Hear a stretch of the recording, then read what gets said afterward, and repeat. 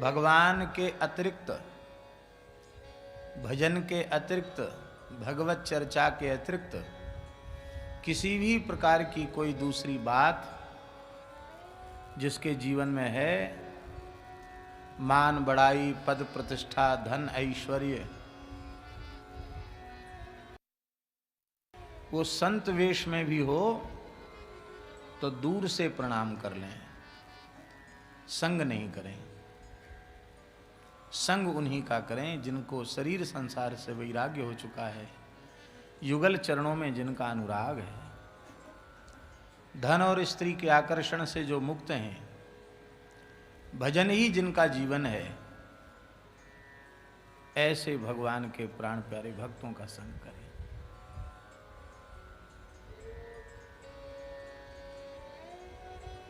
मलुकदास जी की एक साखी है, माया मगन महंत के तुम मत बैठो पास, कौड़ी लागे लड़ी मरे, कथनी कथे 50। जो भजन में मगन नहीं है, केवल माया में मगन है, वो बड़े से बड़ा महंत, श्री महंत, जगत गुरु और उससे बड़ा कोई ब्रह्मांड गुरु, विश्व गुरु कुछ भी हो सकता हो, बड़ी से बड़ी उपाधि, वो सब उपाधि उसको मिल चुकी हों, पर यदि भजन के रस में लवलीन नहीं है,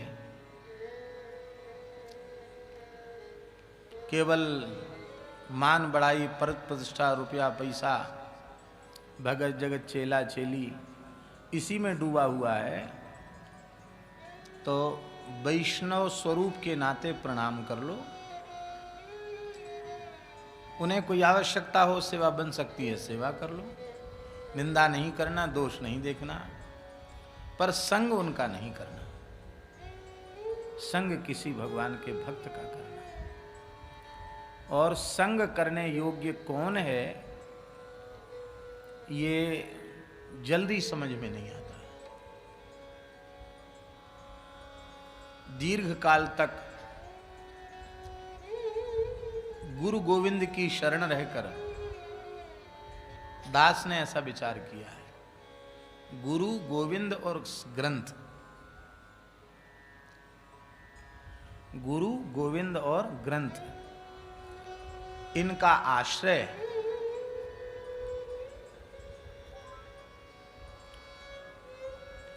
हृदय से जो लेते हैं, धीरे धीरे उनकी दृष्टि खुल जाती है और फिर वे समझ जाते हैं।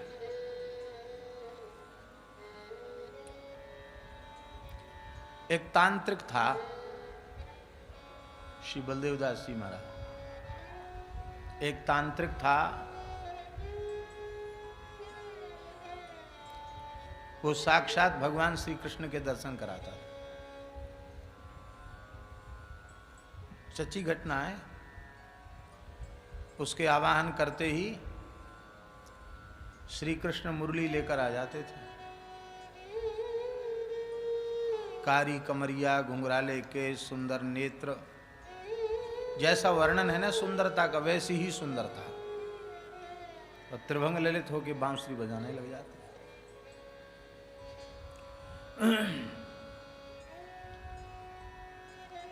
श्री अद्वैत प्रभु के वंशज ठाकुर श्री विजय कृष्ण गोस्वामी जटिया बाबा उस समय वृंदावन में रहकर साधन कर रहे थे।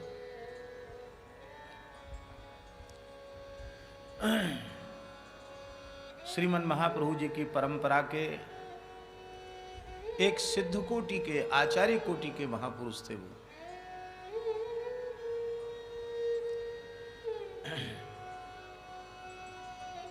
तो उन्होंने जब सुना कि भगवान का दर्शन करा, तो चलें दर्शन करने।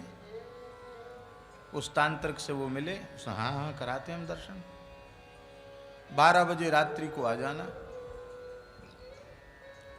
वृंदावन की बात है, वो केसी घाट पर रहता था। वो तांत्रिक जो था साधु वेश में ही था, वो केसी घाट पर रहता था और ठाकुर विजय कृष्ण गोस्वामी को दर्शन कराने के पीछे उसका स्वार्थ क्या था जानते हैं?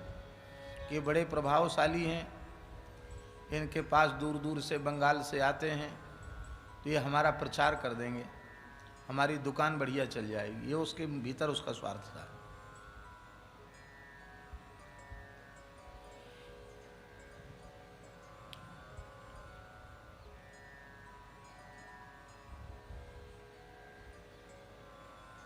ठाकुर विजय कृष्ण गोस्वामी वो तो एक सिद्ध कोटि के महापुरुष ही थे और गुरु गोविंद ग्रंथ की कृपा उन्हें प्राप्त थी। आप विचार करें उनकी कैसी स्थिति होगी अंतःकरण की कि स्वयं श्रीमद् चैतन्य महाप्रभु ने वृंदावन में दर्शन देकर उनको महामंत्र का उपदेश किया था। षोडशाक्षर महामंत्र जो है, षोडश नाम वाला 32 अक्षर का महामंत्र हरे कृष्ण महामंत्र, उसका स्वयं महाप्रभु जी ने उपदेश किया था। तो महाप्रभु जी का प्रत्यक्ष दर्शन, वार्तालाप, उनके द्वारा मंत्र का उपदेश है तो साक्षात नित्य गोलोक बिहारी श्री कृष्ण की प्राप्ति है। ऐसी थी उनकी अंतःकरण की स्थिति। और ठाकुर विजय कृष्ण गोस्वामी वहाँ जब गए और उसने एक घंटी बजाई, एक धूप जलाई और घंटी बजाई। धूप जलाती घंटी बजाती अंधेरे में बांसुरी सुनाई पड़ी, फिर श्री कृष्ण प्रकट हुए। वही नक्सिक सौंदर्य, आश्चर्य में पड़ गए, इतने सस्ते भगवान बना दिए इसने। कहाँ तो नारद जी कहते तस्य लौल्यमेव मूल्यम, और इसके धूप दिखाने से, घंटी बजाने से ठाकुर जी आ गए। आश्चर्य है। लेकिन वे विचार करने लगे कि भगवत साक्षात्कार के काल में भक्त के अंतःकरण की स्थिति कैसी होती है। शास्त्रों में वर्णन है, गुरुजनों से सुनी हुई है। तो भगवत साक्षात्कार के काल में जैसी हमारी अवस्था होनी चाहिए वो अवस्था तो हो नहीं रही है। हमारे हृदय में प्रेम बिल्कुल भी नहीं जग रहा है, प्रेम के लक्षण नहीं जग रहे हैं। इससे हमको लगता है कि कोई छल है यह। तो उनको तुरंत स्मरण में आया कि ऐसा कोई छल साधक के साथ होने लग जाए तो बड़ी तीव्रता से गुरु मंत्र का जप करना चाहिए। ये बात जैसे ही उनके स्मरण में आई, ये सच्ची घटना, बड़ी प्रेरक घटना है। जैसे ही ये बात समझ में, सुनने में आई, समझ में भीतर से प्रेरणा हुई, तो वहीं बैठकर उन्होंने तीव्र गति से, और कोई अष्टादशाक्षर गोपाल मंत्र नहीं, महामंत्र का ही तीव्र गति से जप करना आरंभ किया। महामंत्र का जैसे ही तीव्र गति से जपना आरंभ किया, वो कृष्ण नहीं थे, वो प्रेत था। कौन था वो? प्रेत था। वो तत्काल अपने रूप में आ गया और इतना सा मांस का लोथड़ा सा, हड्डी का, और बड़ी दुर्गंध उसके शरीर से, वो छटपटा करके चिल्लाने लगा, बचाओ बचाओ, मैं जला जा रहा हूं, जल जाऊंगा, समाप्त हो जाऊंगा, भगाओ इसको यहां से।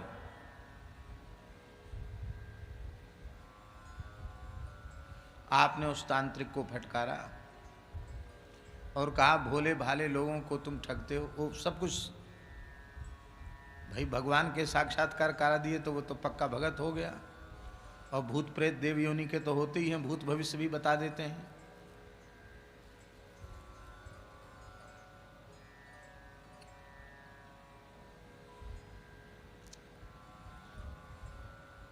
आपने उसे समझाया, तो स्वयं नरकों की ओर जा रहा है साधु होकर के, और न जाने कितने भोले भाले जीवों को भगवान के नाम पर नरकों की ओर ले जा रहा है। एक कितना जघन्य पाप कर रहा है, छोड़ इसको।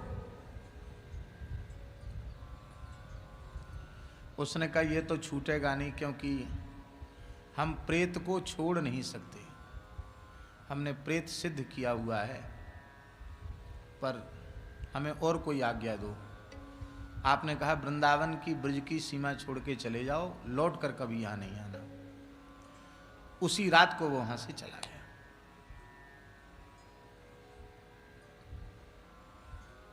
आप लोग कहेंगे प्रेतों में ये शक्ति, हाँ होती है। भागवत महात्म्य तो पढ़ा है, आप ध्यान नहीं देते हो।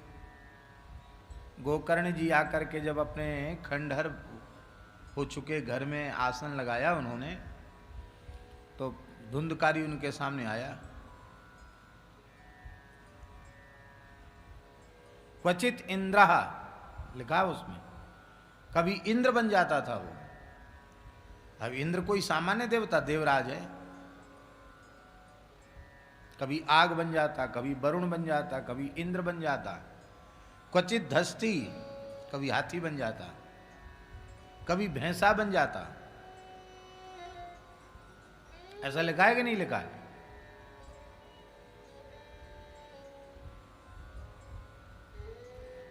भगवत साक्षात्कार के नाम पर भी बहुत से लोग ठगने वाले मिलेंगे। इसलिए गीता, भागवत, रामायण, विनय पत्रिका, भक्तमाल, ये जो हमारे आर्ष ग्रंथ हैं, इन ग्रंथों ने, भगवत प्राप्त महापुरुषों ने जो भजन की पद्धति बताई है, उसी पद्धति से भजन करना चाहिए। अपने गुरुजनों की आज्ञा को ही सर्वोपरि मान करके साधन करना चाहिए। तमाम लोग मिलेंगे कि तुम ये साधन करो, ये साधन करो, ये साधन करो, पर अपनी इच्छा से कोई साधन न करे, अपने गुरुजनों से पूछ करके ही साधन करे। श्री पंडित जी महाराज इस पर बहुत जोर देते थे, अपनी इच्छा से कछु न करे। पूज्य बाबा ठाकुरदास जी ने बताया कि कई वर्षों तक पंडित जी से कोई साधक आकर पूछता कि कोई हमारे साधन की बात बताओ, तो पंडित जी स्लेट पर लिखते थे आनुगत्य, बस एक शब्द लिखते थे। क्या लिखते थे? आनुगत्य।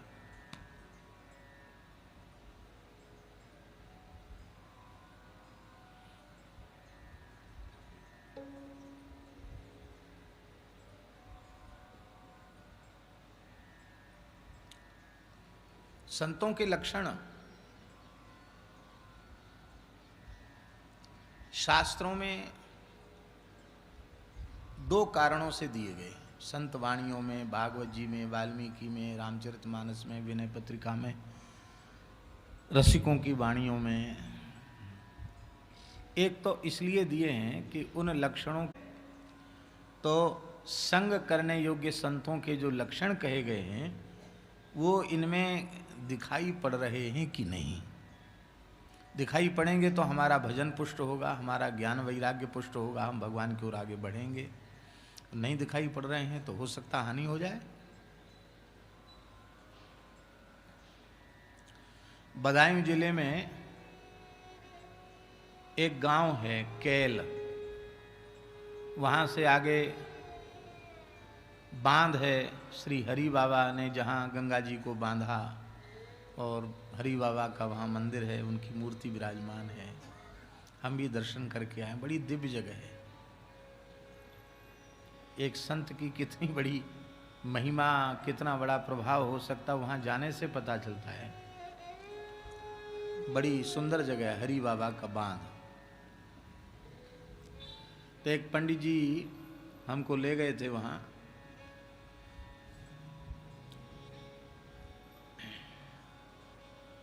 कथा तो पूज्य बक्सर वाले मामा जी की निश्चित हुई थी, पर किसी अपरिहार्य कारण से वो बहुत व्यस्त हो गए और उन्होंने कहा कि इस समय हमको किसी संत की आज्ञा होगी तो हमको अमुक जगह जाना पड़ेगा, और अब संपर्क में बने रहो, लाइन में लगे रहो, जब समय होगा तब समय दिया जाएगा। वे बोले भाई हमारे तो बुढ़ापा है, हमारे तो अब समय का भरोसा नहीं, तो आप ऐसा करो, आप जिसको कह दो उससे हम कथा करवा लें। तो बक्सर वाले महाराज जी बोले खाक चौक चले जाओ, दास का नाम लिया, उनके पास चले जाओ, वो कथा कर देंगे। पंडित जी आए, बोले हम अकिंचन ब्राह्मण हैं और केवल कथा ही, उस समय ये संगीत वगैरह तो था ही नहीं, तो कथा ही कथा सुननी है। उनकी कथा सुनाने में तो हमारा पेट ही नहीं भरता, कभी सुनाते सुनाते। कोई सुनने वाला होना चाहिए। हाँ, हम सुनेंगे।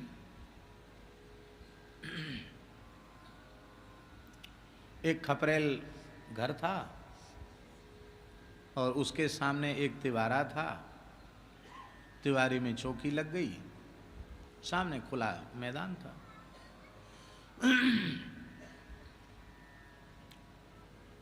वो खपरेल वाले मकान में सो जाओ, वहीं से निकल के व्यासपीठ पे बैठ के कथा कहो। 8 घंटे कथा रोज होती थी।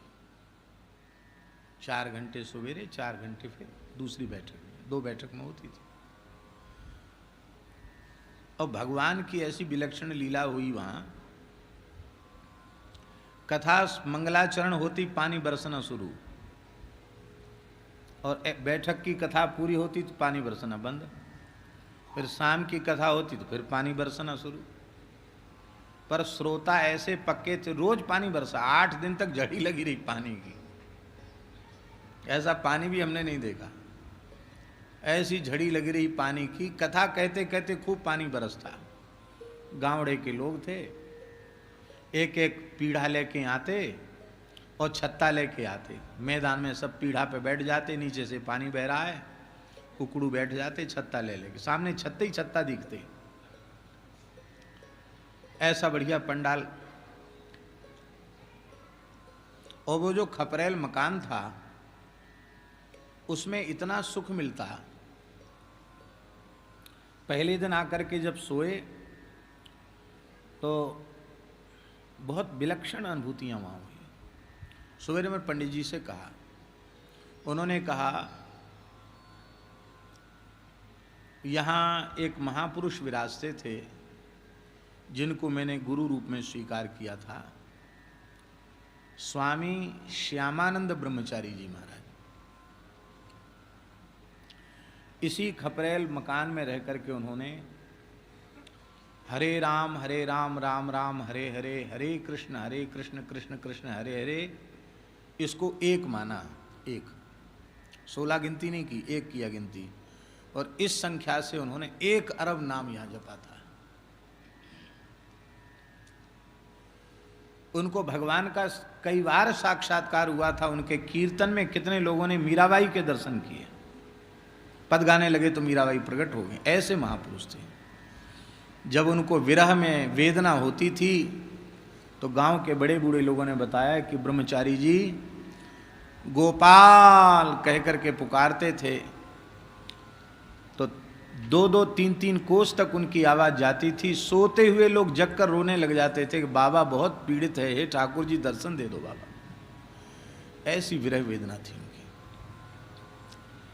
तो बोले इनके भजन का प्रभाव है, इसलिए आपको ऐसा। 7-8 दिन रहे, रोज सोते ही ठाकुर जी की कोई ना कोई लीला शुरू हो जाती। ऐसा विचित्र स्थान। तो 8 घंटे कथा होती थी। उसमें एक और आता था, एक सिद्ध कथा सुनने। उस सिद्ध हमसे बोला कि हम आपसे एकांत में मिलना चाहते हैं। अब 8 घंटे कथा, फिर अपना नित्य नियम, कहाँ समय नहीं मिलता था, पूरा दिन चला जाता था उसी में। तो हमने कहा ठीक है। उसने कहा कि आप एक ही तो कमरे में रहते, उसी में 5-7 मूर्ति हैं और कोई जगह नहीं है, एकांत में तो आप मिलोगे नहीं। मैं थोड़ी दूरी पर एक कोठरी में रहता हूँ, वहाँ आप बिना किसी को बताए अकेले आ जाओ। हमने की प्रयोजन? उसने कहा इतने दिन कथा कहते हो गए, तुमको भगवान का दर्शन हुआ? हमने कहा हमको तो नहीं हुआ, पर श्रद्धा जरूर है, विश्वास जरूर है कि कलिकाल भगवत साक्षात्कार में बाधक नहीं है। गुरुजनों की शरण में पड़े हैं, भगवान की चर्चा कर रहे हैं। अब भगवान की जब राजी होगी, उनकी इच्छा होगी, हो जाएगा। हमको कोई ज़्यादा जैसी व्याकुलता होना चाहिए वैसी व्याकुलता भी हमारे भीतर नहीं है। साधन भी हमारा नहीं है, इसलिए हम कोई इसके लिए परेशान भी नहीं है। नहीं है तो भाई आप पढ़े लिखे पंडित हो, इतनी अच्छी कथा कहते हो, आपको अनुभूति नहीं हुई। साक्षात परमात्मा का दर्शन कराऊंगा आपको।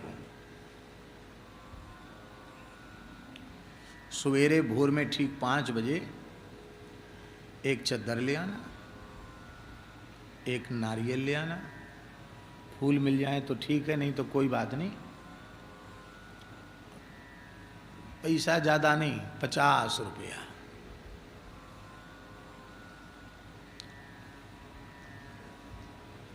पर ये बात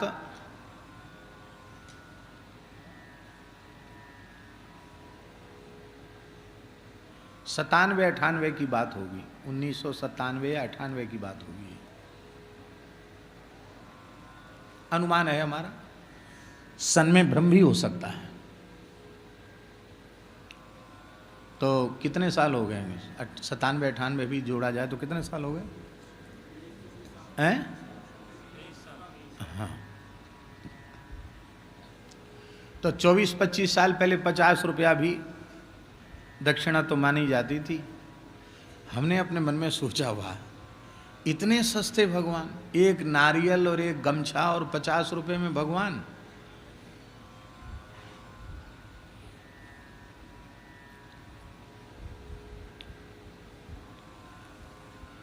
तो सवेरे जल्दी जगने का अभ्यास तो है ही है, जग करके जल्दी संध्या करके, किसी को कहा नहीं, धीरे से झोली में से, ऐसा कोई साथ में भी नहीं था बाबूजी जैसा जो 1 रुपया भी चाहिए तो मांगना पड़े। तो उसके पहले कोई हिसाब किताब थोड़ी देखता था, ये आए तब से थोड़ा हिसाब किताब देखते हैं। मैं धीरे से 50 रुपया झोली में से निकाला, नारियल लिया, एक चद्दर लिया और उस सिद्ध के पास पहुंच गया। उसने पहले तो ब्रह्म ज्ञान का उपदेश किया कि देखो जो तुम कर रहे हो ना, ये कुछ नहीं है,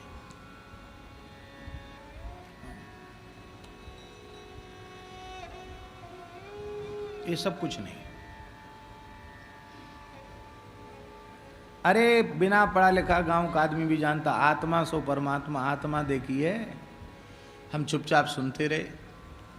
फिर मैंने कहा कि देर हो रही है, हमको अभी और काम बाकी है हमारा, आप और कुछ आपको कृपा करनी हो तो करो, दर्शन कराओ। वो आंख मूंदो, हमने ठीक है।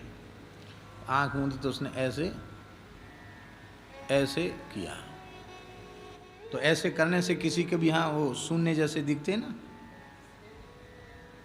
कोई भी करो ऐसे करो तो यहाँ शून्य जैसे दिखते हैं, ऐसे देखते हैं कि नहीं? नहीं देखे? अरे गांव में भूत के गटा कहते हैं, भूत की आंख ऐसे ऐसे करो, यहां दिख रहा है, इधर दिख, जिधर देखो उधर दिखता है, दोनों तरफ दिखता है। ऐसे करो तो एक जगह, इस तरह ऐसे ऐसे करो तो ऊपर नीचे होता है। कोई करके देख लो। उसने कहा ये बड़ी सूक्ष्म रहस्य की बात है, यही आत्मा है और आत्मा सो परमात्मा। मैंने कहा आपने बहुत बड़ी कृपा की। बोले इससे आगे की बात हम फिर बताएंगे, एकांत में आ जाया करो। बहुत अच्छी बात। 50 रुपया दिए, चद्दर उठाया, नमस्कार किया और फिर ये बात हमने महाराज जी को सुनाई। महाराज जी हमको आत्म साक्षात्कार हो गया। बोले कैसे? ऐसे हुआ। महाराज जी बड़े हंसे। बोले इस मार्ग में ठग बहुत है, बहुत ठग है।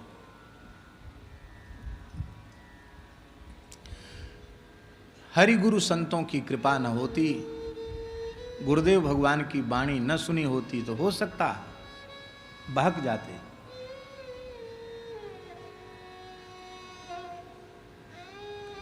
इसलिए संतों में भी तुलसी देख सुवेश भूलहि मूढ़ न चतुर नर।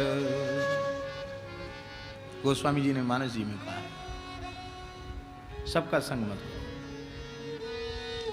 ऐसे खरे संत मिले बाबा श्री ठाकुर दास जी जैसे, ऐसे महात्माओं का संग करो। सबका संग करने योग्य नहीं है।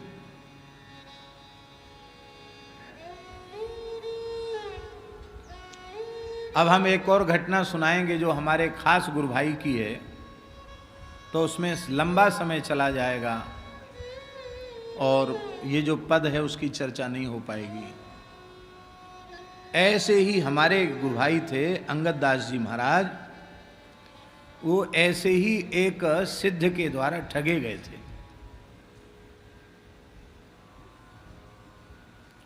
और दूसरी जगह नहीं, बरसाने में ठगे गए। आप सोचिए महाराज, यहां भी ऐसे ऐसे लोग रहते हैं। उसने उनको कहा था कि तुमको प्रेम लक्षणा रसरूपा भक्ति की प्राप्ति हम कराएंगे, साक्षात श्री जी का अनुभव कराएंगे। वहां गए, गलती केवल ये हो गई महाराज जी से नहीं पूछा। पहलवान थे, हनुमानगढ़ी के नागा थे और अपने समय के अच्छे पहलवान थे। उनके पास पैसा भी था। आज से लगभग 30-35 साल पुरानी बात होगी, 30-32 साल पुरानी बात होगी। उस समय उन्होंने, उनके पास 4-5 लाख रुपए थे। तो वो सिद्ध बोला कि ये पैसा तुम्हारे पास जो है यही तुम्हारे कल्याण में बाधक है, और तुमको इसीलिए दर्शन नहीं हो रहा कि तुम्हारे पास पैसा है, ये पैसा सब हमको दे दो। वो ऐसे पक्के थे, श्रद्धावान, उन्होंने सारा पैसा लेकर उसको दे दिया। उसने कहा तिलक लगाना छोड़ दो, छोड़ दिया।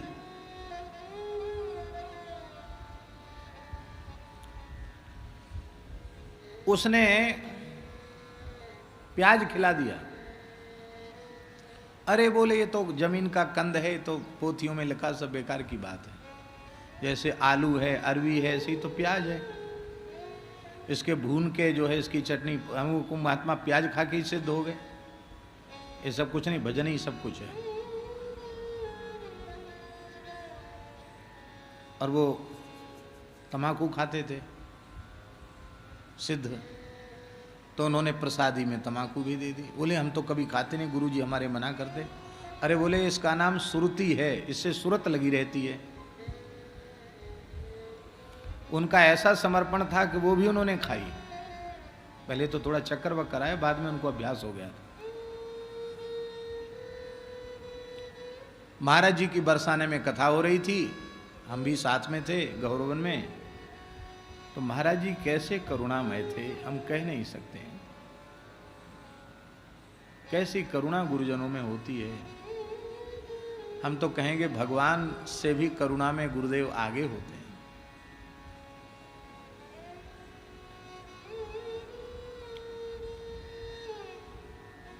वो हमारे गुरु भाई महाराज जी के पास आते जाते नहीं थे। 2-3 साल हो गए थे उनको बरसाने में रहते रहते।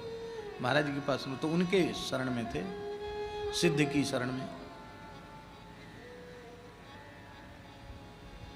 महाराज जी कहे हमसे, बोले पंडित जी अंगद दास से यहीं रहते हैं, तो चलें अंगद दास से मिलिया में।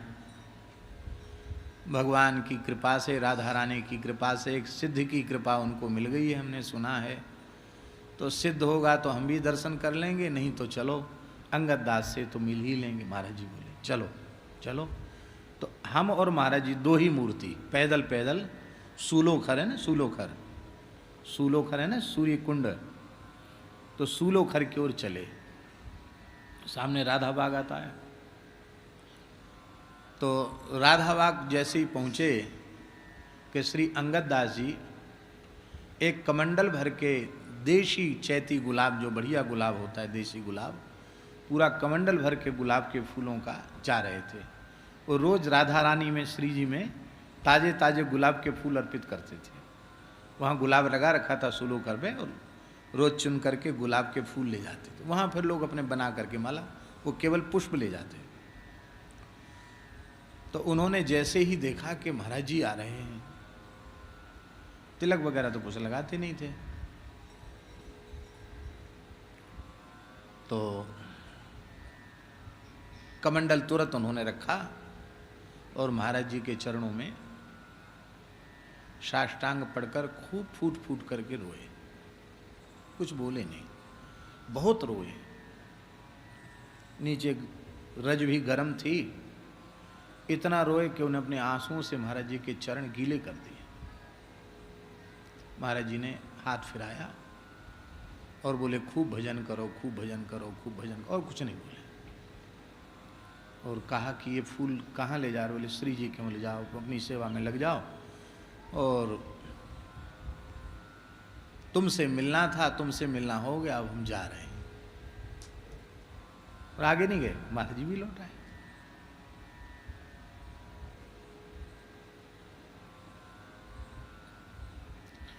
उसने अवधि दे रखी थी कि इतने समय में तुमको साक्षात्कार हो जाएगा। अवधि बीत गई, कुछ नहीं हुआ। चित्त में और अशांति बढ़ गई, पैसा भी सब खत्म हो गया। उनको लगा कि तो अच्छा हुआ, गढ़ी से भी गए, आगे गढ़ी में बढ़ने की संभावना थी वो भी खत्म हो गई, गुरुजी से भी दूर हो गए, और इसने अच्छा ठगा हमको। उनको क्रोध आया, तो उन्होंने उसको कहा, भाई तुमने अब तक जो जो कहा था, एक भी बात तुम्हारी सच्ची नहीं निकली, सब झूठी निकली। एक भी बात तुम्हारी सच्ची नहीं निकली। तो हमने तो बचपन से जिन संतों का संग किया है, हम तो यही समझते हैं कि संत मन वाणी क्रिया से सत्य का पालन करते हैं, और तुम्हारी कोई बात सच्ची नहीं, सब झूठी, सब बहकाने वाली। इतने दिन के भीतर कहीं से चाहे जमीन बेच के, चाहे कुछ बेच के, कुछ करके, हमारा जो पैसा था ब्याज नहीं दे सकते, तो मूल मूल हमारा सब पैसा दे दो वापस, नहीं तो समझ लेना तेरी सिद्धाई। वो नागासाई भाषा हम बोलेंगे नहीं, हम कभी बोलते भी नहीं है, अशुद्ध शब्द घुसेड़ देंगे। उस सिद्ध ने क्या किया? उस सिद्ध ने कहा कि तुम तो बहुत नाराज हो गए, हम तो तुम्हारे धैर्य की परीक्षा ले रहे थे, लो ये जल पी लो, शांति आ जाएगी, और अब तुम्हारा अब हम कराएंगे तुमको साक्षात्कार। सच्ची घटना है बाबा। जल पीते ही वो पागल हो गए, बिल्कुल पागल हो गए।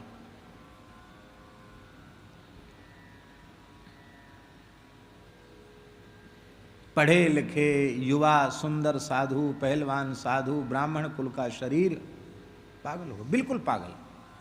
ऐसे पागल कि उनको शरीर की भी मतलब शुद्धि आदि का ध्यान नहीं रहता था, ऐसे पागल हो गए। और उसी पागल अवस्था में वो सुदामा कुटी में महाराज जी के पास आए। ऐसी ऐसी भाषा का महाराज जी से प्रयोग कर रहे थे कि हम कह नहीं सकते। और महाराज जी ने मुस्कुरा कर कहा, आइए श्रीमान जी, आओ महाशय आओ। वो उटपटांग बोल रहे थे। वहीं महाराज जी ने उनका आसन लगवाया। जैसे छोटे बच्चे की माँ सेवा करती है, ऐसे महाराज जी उनकी सेवा में लग गए और बोले, देखो ये विक्षिप्तावस्था है, इस समय इस साधु के शरीर की रक्षा होनी चाहिए। हमने पूछा महाराज जी से, महाराज जी ऐसा कैसे हो गया? महाराज जी बोले, धन की बात कहकर कोई कल्याण की बात करे वो महाठग है, महाधूर्त है। कल्याण को कोई धन से खरीदा जाने वाली वस्तु है कल्याण। और महाराज जी ने कृपा की उनके ऊपर। धीरे धीरे धीरे धीरे वो ठीक हुए, महाराज जी की कृपा से ठीक हुए। और महाराज जी कहीं चले जाते तो महाराज जी के कमरे में रहते। और हमको सोने नहीं देते। हम तो वैसे ही कम सोते हैं शुरू से ही, 1 बजे 1:30 बजे झकझोर के जगा देते हैं। लोगों ने तो यहाँ तक कहा कि जहाँ ये बैठते हैं वहाँ मत रहा करो, पता नहीं मिसमिसा के कहीं नार दबा दें तो गला दबा दें, भाई पागलपन है। और हम वहीं रमन के हम अपने आसन नहीं छोड़ेंगे। जगा कर क्या कहते, लाइट जला देते, फिर हाथ हमारा पकड़ लेते। महाराज जी के लिए कहते, इस बुढ़े ने सारी शक्ति हमारी उठाकर इस हाथ में रख दी। महाराज जी के लिए कहते, हमारा हाथ देखते इसके, कहते इस बुढ़े ने, महाराज जी के लिए कहते, इस बुढ़े ने सारी शक्ति मेरी खींच करके इस हाथ में रख दी, बोल तेरा क्या किया जाए। दांत में मिसा के बोलते। तो हम उनको कहते कि आपको जैसे प्रसन्नता हुआ आप ऐसा करें, आप हमारे बड़े गुरु भाई हैं। कहे पंडित तेरी बातें सुन के क्रोध चला जाता है, बहुत दया आती है। फिर कहते सांस भर के कहते, कोई बात नहीं, घी गिरा तो दाल में गिरा, और दाल का कटोरा तो अपने ही थाली में था, तुम भी तो हमारे ही हो। महाराज जी ने कुछ तुम्हें दे दिया तो कोई बात। मैंने ऐसी विकसित अवस्था थी उनकी। फिर जब वो बिल्कुल स्वस्थ हुए तो उनको बहुत पीड़ा हुई, और उन्होंने रोकर महाराज जी से कहा कि हमें होश नहीं कि मैंने आपके साथ क्या क्या व्यवहार किया होगा, लेकिन ऐसा उपकार और कोई कर नहीं सकता। पर मैंने तो आपके चरणों को छोड़कर किसी को जाना नहीं, फिर मेरे साथ इतना बड़ा छल क्यों हुआ।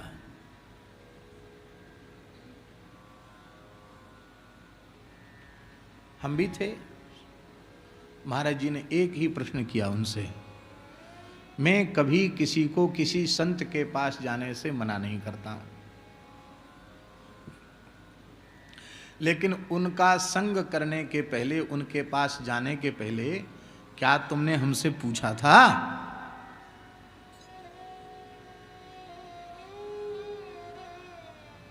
बोले पूछा तो नहीं। तो तुम्हें कुछ ऐसा लगता था तो तुम हमारे पास आए?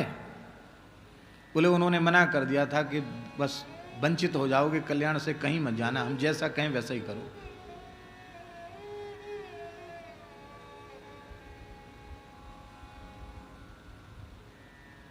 बहुत मूल्यवान जीवन है। प्रार्थना है भाई, ऐसे भगवत प्रेम रस में भीजे हुए संत न मिलें तो केवल नाम जप करो, ग्रंथ का स्वाध्याय करो, ठाकुर जी से प्रार्थना करो कि हे नाथ अपने प्राण प्यारे संतों का संग हमें प्रदान कीजिए। भगवान कृपा करके जो संतों का संग प्रदान करेंगे वो तुम्हारे लिए परम हितकारी होगा, परम कल्याणकारक होगा। थोड़ा कीर्तन कर लें।